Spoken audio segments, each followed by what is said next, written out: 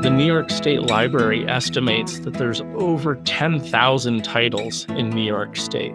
It seems like that was a fixture for small towns. Like the first thing that they do to feel like a real town is, let's have a newspaper. And somebody establishes a newspaper. The New York State Historic Newspapers Project is a digital repository for more than 1,200 of those 10,000 New York newspapers, comprising about 1.5 million editions and more than 15 million pages. And you can read every one of them free of charge. Welcome to CatsCast, the Catskills podcast.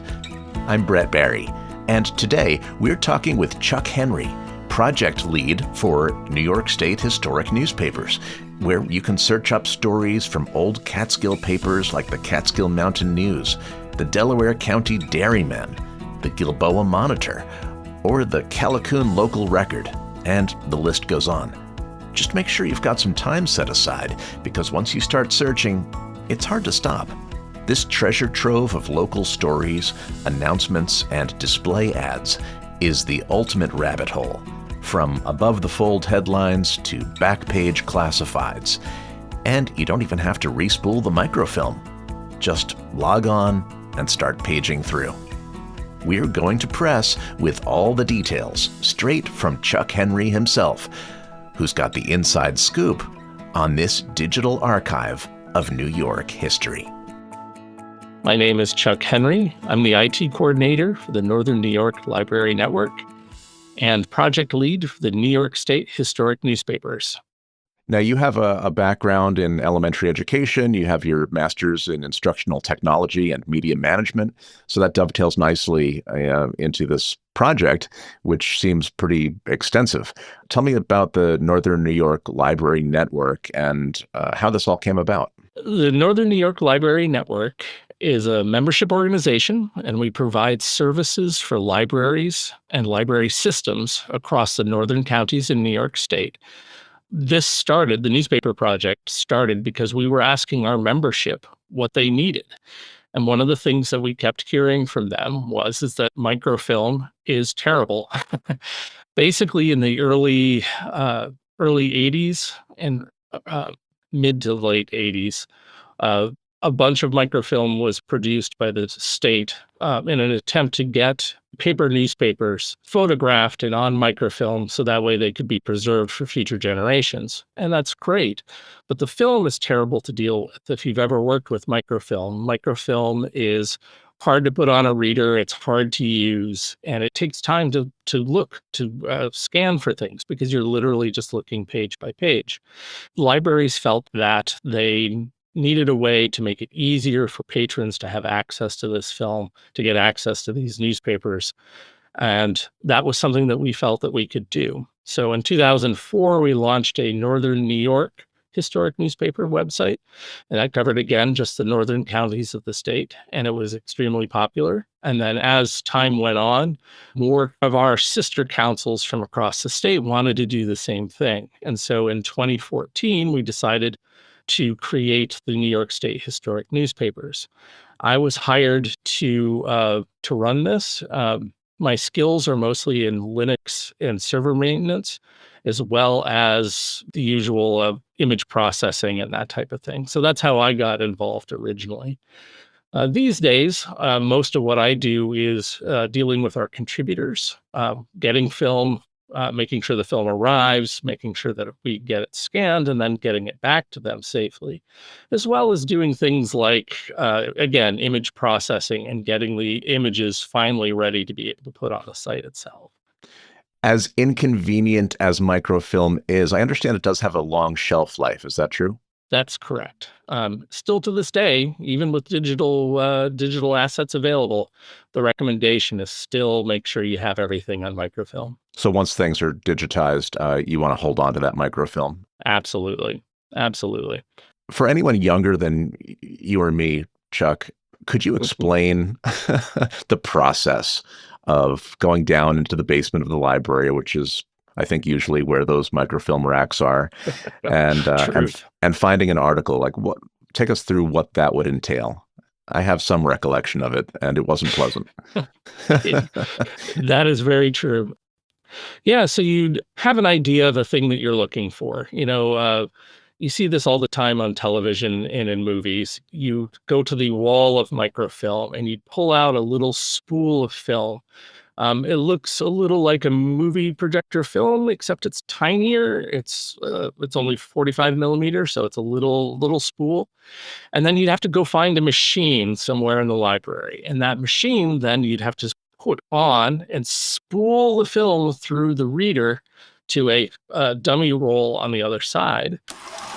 And then you'd have to look at the screen. And basically what the machine would do is it would run light through that film and then project it on a big screen for you.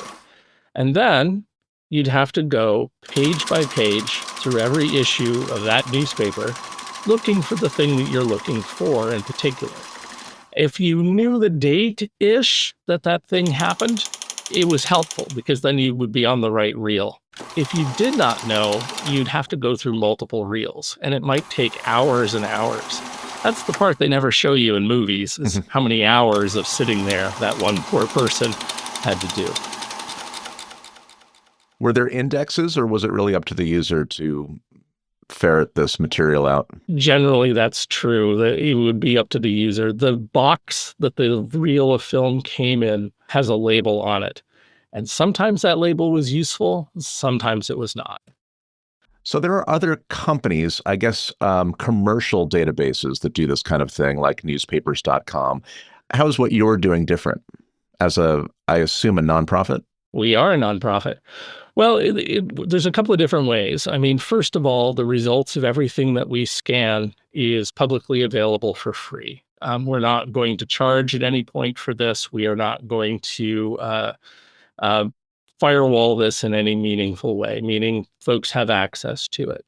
I mean, these are microfilm reels that were produced with public funds. They're scanned and placed online, so that way everyone, the public, has access to them. So that's a big difference there. We are funded by a couple of different ways. We get a little bit of money from the New York State government in the form of grants. We also do an in-house microfilm digitization project, and we're aimed primarily at libraries and museums and historical societies who may not have a huge pool of money to work from. And so we do microfilm digitization here in-house for a very affordable rate. And we work very well with libraries because we know libraries very well. And so that's where our funding comes from to be able to do this work. And so far, we have about 180 contributors across the entire state who are academic libraries, public library systems, museums, and historical societies. So if a library or historical society has a collection of newspapers, either on microfilm or even the original newspaper print, what's the process? How do they get it digitized? Do they approach you? Do you approach them? How does that relationship work? Generally speaking, we don't approach them.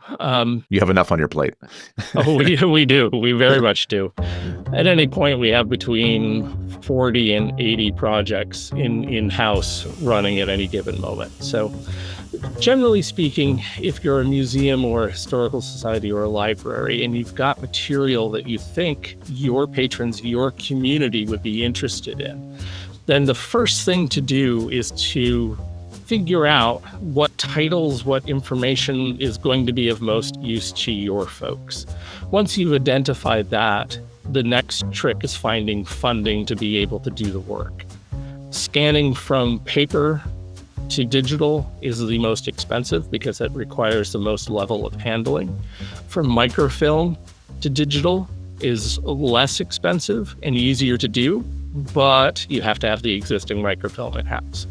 So once you've figured out what it is you want to have scanned, finding funding is the next place to go. In the library world, there are other councils just like us. We are part of what's called the Reference and Research Library Resources Councils, which is a mouthful. So we call ourselves the Empire State Library Network.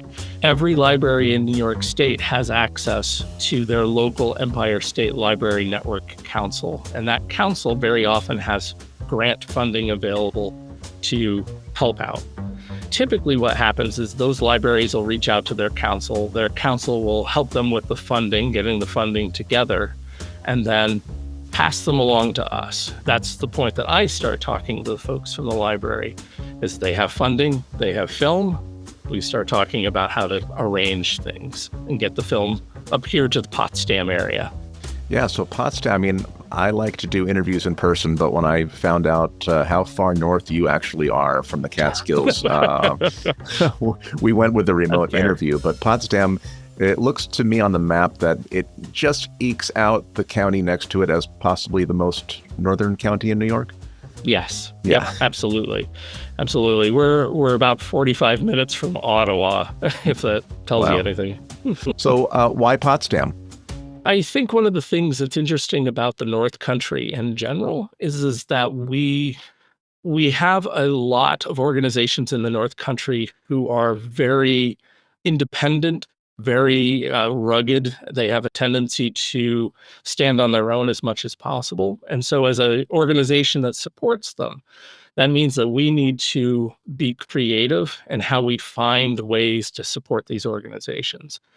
And one of the beauties too is that because we are being creative and being innovative as far as how we support these organizations, allows us to experiment a little bit. And the newspapers really did come from an experiment. We weren't 100% sure when we started that a newspaper archive like this was going to be viable, and viable especially for the North Country.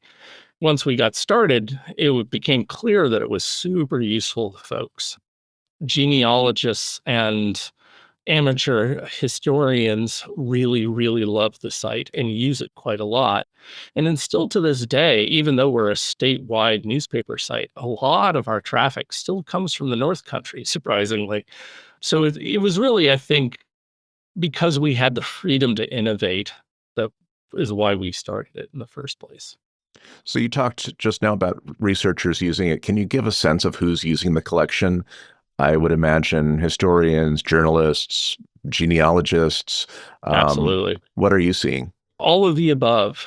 Genealogists are a large portion of our traffic, I believe, in a lot of ways. Newspapers, if you think about it, are a great source for births and deaths and marriage announcements, arrests, property transfers, all of this rich material that people love in genealogy. So that's a huge crew there too.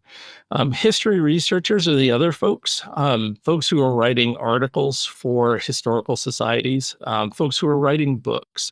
We're credited in an awful lot of books because people just use us as primary source material. And we also get an awful lot of students as well, K-12 as well as academic students. And for strange projects as well. We had one project that was from the Union Endicott Central School District, where a bunch of students, as part of a group project, wanted to set up a historical marker in their town about the Speedy sandwich being a culturally significant dish to the Binghamton area. And so they used our site to find, early references to Speedy sandwiches, which was a strange thing for us. Yeah, so what's the breadth of this collection? I understand it started in 2004 as a Northern New York Historic Newspapers. 10 years later, it was rebranded as New York State Historic Newspapers. So now you're covering all 62 counties of New York State. Correct. And according to your site, as of this moment, the collection contains 1,486,764 issues, comprising 15,242,090 pages. Tell me about the actual newspapers that you house, digitally, of course. Sure. We have more than 1,200 titles, and we add about 500,000 new pages every year.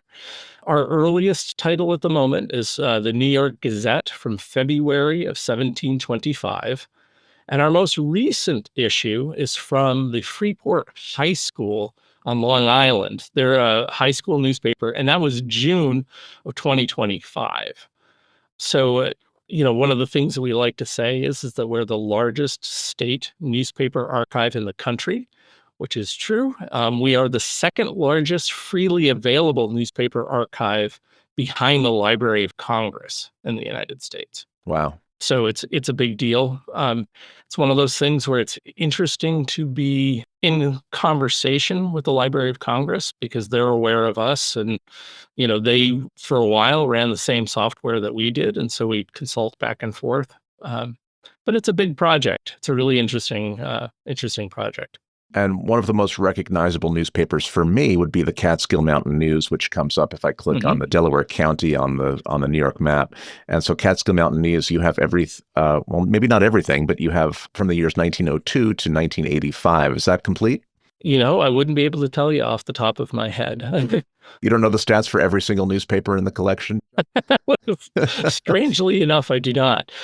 Actually, it's one of those things where it's an interesting bit of knowledge about New York State. Being as old a state as we have, the New York State Library estimates that there's over 10,000 titles in New York State. We only have 1,200 of them. So it's one of those things where there are titles everywhere. It seems like that was like a fixture for small towns. We're going to found this town. We set up our town, and like the first thing that they do to feel like a real town is let's have a newspaper. And somebody establishes a newspaper. So there's newspapers from almost every town. And so, I don't know the depth and breadth of everything that's out there. The other thing to keep in mind about newspapers is that newspapers have a tendency to change title all the time. So the Catskill Mountain News probably had a newspaper or two that were its predecessor, and then there were probably some that have spun off and have become successors as well. So it's kind of an interesting, people do genealogy where they're tracking the relationships between various people. I think you could do almost a genealogy of newspapers as well, because there are ancestors and descendants for absolutely every title in the state as well, to some degree. One of the few newspapers we have left, the Mountain Eagle, is not on this site. Why would a newspaper like that not be listed? What does it take to get them up and running? Is it mostly a financial commitment from their end to be able to fund the digitization of all of those issues? Yes, I think a lot of times small newspapers are struggling right now. And so one of the things that they hope to do is monetize their content as much as possible. So if you're a small live newspaper right now, taking your back archives and finding some way to make money out of it is definitely possible. It's one of the things that's kind of imperative. And so a lot of times these small organizations will sell the rights to their archives to something like Newsbank. Newsbank is an organization, a company that's what they do is they sell access to archives. And I don't fault any newspaper for doing that. If you're a small newspaper and you desperately need to stay afloat, monetizing your archives makes sense. But not everybody makes that decision. We have newspapers like the Plattsburgh Press Republican and the Saranac Lake Adirondack Daily Enterprise, who actually use us as their archives. Because if they're not willing to monetize their archives, then they have to post them on their website in some way, in which case it's costing them money as well. So in the case of the Adirondack Daily Enterprise, it was actually more affordable for them to have us house their archives than it was for them to put it online some way, somehow themselves. And so we have a working relationship. And we've got a few titles across the state where we have that working relationship with them. But most of the papers that you have in the collection, I guess, are out of print or defunct or... For the most part, yeah. Yeah. Absolutely. For us, one of the things that your listeners might notice about the website is that a vast majority of our content is before the 1920s. And the reason for that is because papers ahead of the 1920s are in public domain. So that means we don't have to ask anyone in particular for permission. Between the 1920s and the 1960s, they might be in public domain, depending on whether or not the publisher at the time protected their copyright. And so we have an awful lot of titles that fall into that category. And anything we have post early 1960s, we have written permission from the publisher or the owner of the paper for that access. So a vast majority of our content is older, but we do have quite a bit of content from the 1920s onwards. Could you take us through the site a little bit? So if I'm visiting the site for the first time, what are some tips and tricks from the person behind this whole thing? We have a unique opportunity here for some help in navigating this giant collection of newspapers. Someone in the Catskills, mostly would be interested in probably Ulster, Delaware, Greene, Schoharie, Sullivan counties. How do you begin to research what's available and to have a look around? Well, probably the easiest way is just thinking about it from a county standpoint, like you just mentioned. If you land on our homepage, there's a beautiful map of New York State available on the front page. You can just click on whatever county you want to start with, in which case, when you click on that county, it will move to another page where you get a list of all of the other counties on one side and a search box on the other, in which case then if you want to add more counties, you can go down through the list and click off extra counties you want to add to that search, and they'll turn red, so that way you've got this nice little indicator that you're searching through those areas. So you can search through any of the counties you just mentioned very easily by doing that, and then you go to that text box at the top and start punching in what your search might be. A lot of people start with just a name search. Especially if you're a genealogist and you're looking for a relative in particular, you can go ahead and just type their name in there. There are all sorts of other tricks and tips involved in that as well, because once you do that search, you will land on a results page. And then from there on that results page, you can also then start restricting by the date. So that way, if you're looking for someone that you know was in the 1800s, you can stop searching the 20th century. You can do that type of focusing from the next screen as well. There also is the ability to do what's called advanced searching. For those of us of a certain age, we remember what the internet was like before Google. In our case, our search uses the old Boolean style searching. So the Boolean is a language for describing search terms, and it allows you more control. So for instance, if you're searching for Chuck Henry specifically, you can put quotes around that, in which case you'll find just results for Chuck Henry together next to each other in a way.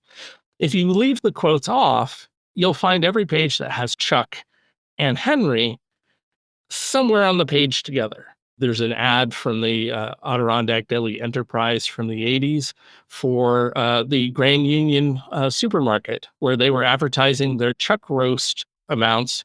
And my father happened to be the assistant manager, and his name was on the ad, in which case then that page comes up because Chuck Roast and Lonnie Henry were together on the same page.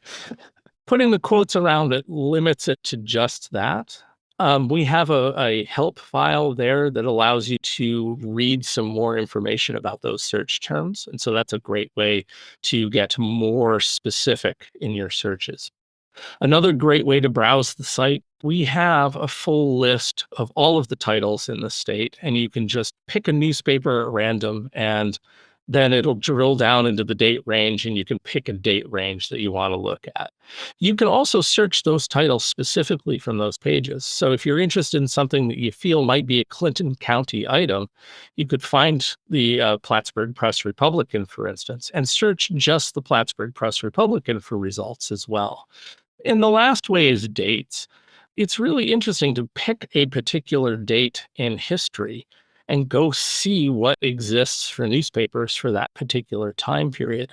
We have in the toolbar across the top a date category. You click on that date and then go find a decade, a year, a month, a day, and see what newspapers were there and what each newspaper was talking about. There's some really interesting ways that you can look at events like the end of World War II or assassination attempts on presidents or what have you, by doing that, by zooming in onto a particular date and then reading newspapers from all over New York State and their perspective on that. So newspapers are published on different days of the week. I just popped in my own birthday, and 3 newspapers came up that were published on that day.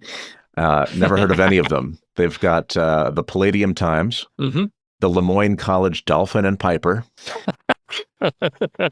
and the Deutscher Wochenspiegel. Indeed. There you go. Forgive my pronunciation. Yep.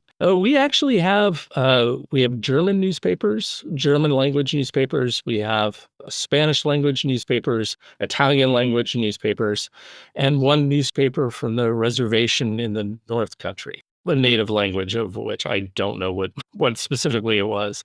So we do have other languages available. Oh, I think there's a Gaelic one too. Sticking with the English language papers for a moment, I ran a search for Catskills News 50, 100, and 150 years ago this week. Here's a sampling of what I found. January 11th, 1876, from the front page of the Stamford Mirror. Desperate fight with a bear, including some grisly details about the bear's intrusion into a farm family's pig pen and a fight by Mrs. Butler and her 16-year-old daughter. The bear held on to the pig until the blows of the women and bites of the dog became too much for him. When it turned on his assailants, it seized the dog and crushed it to death. The girl reined in blows with the axe on the head of the bear when suddenly Bruin made for her. With one sweep of his great paw, he sent her axe flying out of the enclosure and pressed her into one corner. The mother, seeing her daughter's danger, increased the fury of her assault with the mallet, and although the bear got the girl in his embrace, it dropped her before doing her material injury to ward off the attacks of the mother. The floor of the pen was now slippery with blood that was flowing from the wounds of the bear, for the girl had struck him with the edge of the axe and buried it somewhere in the animal every time. When the bear turned on the mother, she shouted to her daughter to run to the house and get the rifle. When Jenny was gone, her mother succeeded in keeping the bear from getting too close to her, but when the daughter returned with the rifle, she was about exhausted and was fighting from a corner into which the bear was pressing her closely, having disarmed her. Jenny put the barrel of the gun through a chink in the logs and fired. 50 years later, January 9th, 1926, the Delaware Republican. Poison liquor kills 4. 4 striking miners who were working as woodcutters at the timber camp of the Thomas Keary Chemical Company at Kearyville, 8 miles from Hancock, are dead. And a 5th, blinded and crazed by poison liquor, is said to be wandering in the woods, if he has not already died, as the result of a bootleg liquor drinking orgy, which culminated Thursday in tragedy. And just 50 years ago, in the Catskill Mountain News, Thursday, January 8th, 1976, a display ad for Tony's Tropical Pub, steaks, seafood, and Italian cuisine. We wish all a very happy new year. Friday and Saturday night dinner specials. Baked stuffed lobster dinner, $6.95. Sliced filet mignon dinner, $5.95. At the foot of Bel Air Mountain, just off Route 28. And the new Scandinavian Valley Restaurant, Nightclub, Motel, Route 28, Phoenicia, New York. Open daily for lunch and dinner. Bar fully open. Live entertainment weekends. Closed Tuesdays. Well, some things don't change.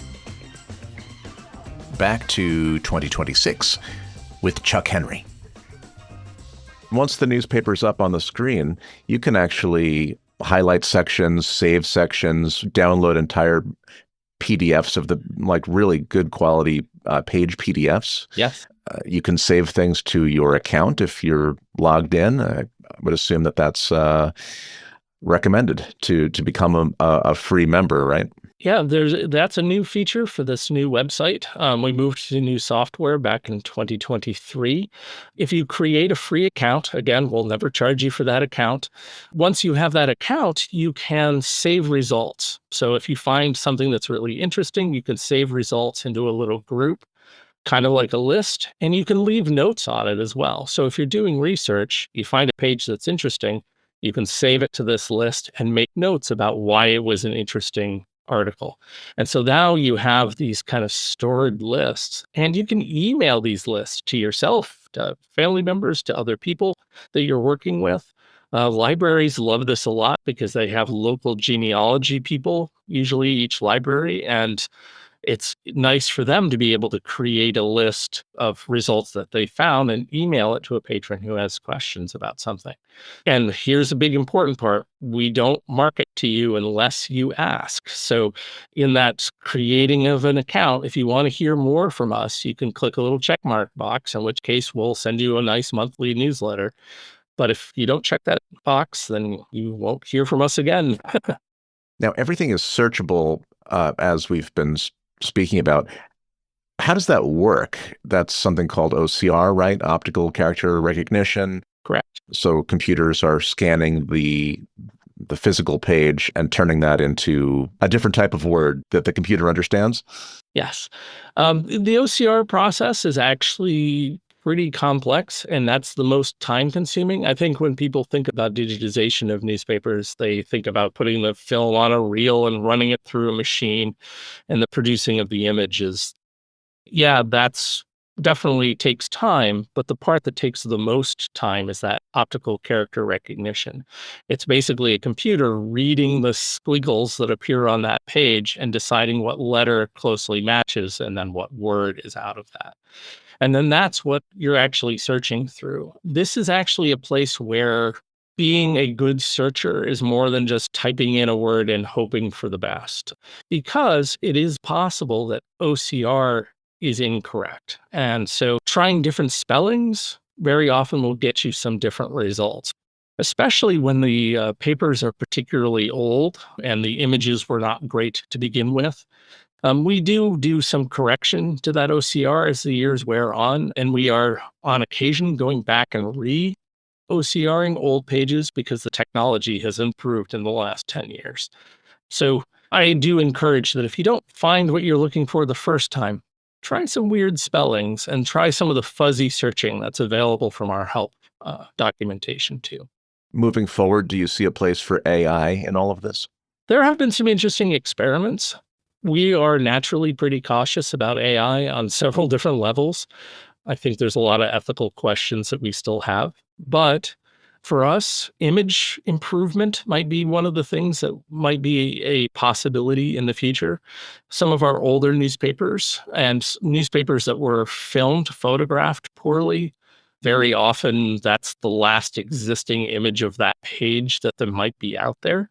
And so using AI to be able to clean up the image and help the image be more legible and therefore easier to be read by the optical character recognition would be of value to us. There are some experiments going on right now.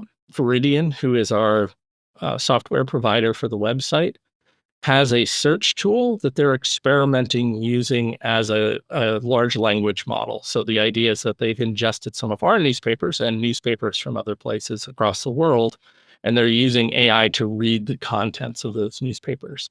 I've played with it a little bit. It's got some promise. It'll be interesting to see where that goes in the future.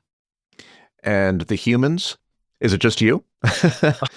At my office, there is me, of course, but there is also Brenna Link Barkley, who's our microfilm digitization specialist. She's been working with us pretty much the entire time that I've been here, and she is very good at teasing really great images out of really horrible film. I always refer to her as the film whisperer. So it's really the two of you. Yeah. That's quite a workload. 15 million pages across 15 years. It's pretty good. What's on your desk this week? What kind of projects are top of mind right now? Well, as always, more newspaper pages coming. We have about 375 reels of film in the office that Brenna's diligently scanning through. We just added about 120,000 more pages in December, and I have about 100,000 more ready for January. So that's on task for me. I also work with the Empire State Library Network's website called New York Heritage. The newspaper site is all about newspapers. New York Heritage is about almost everything else. It's images and oral interviews and other digital artifacts from across New York State. I'm the primary web developer for that website as well. Any last thoughts for people who want to explore the website?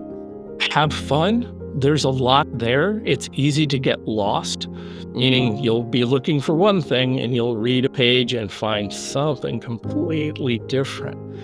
I love the fact that we see a full image of the page whenever you do a search and whenever you're looking at it, because it is so easy to see other really cool things that were in that paper that aren't necessarily related to your search. For me, it's been advertisement. Some crazy ads from the 1850s, 1870s. Really different thoughts about how to advertise to people. And it's really fun. So have fun, enjoy, dig in. There's a lot to see. It's quite the rabbit hole in the best way.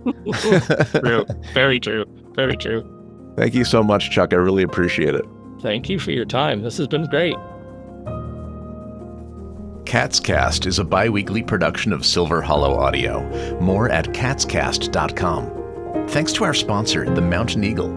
And by the way, we checked in with publisher Matt Avidable about not being part of the New York State Historic Database, and he explained that the previous owners either destroyed their archives or there's microfilm languishing in an undisclosed basement. If you know where it is, let us know. And we'll see you next time.